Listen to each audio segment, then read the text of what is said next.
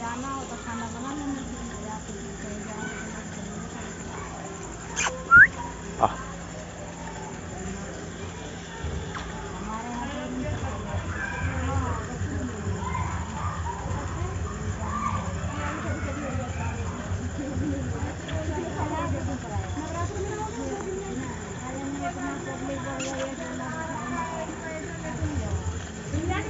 हमारे यहाँ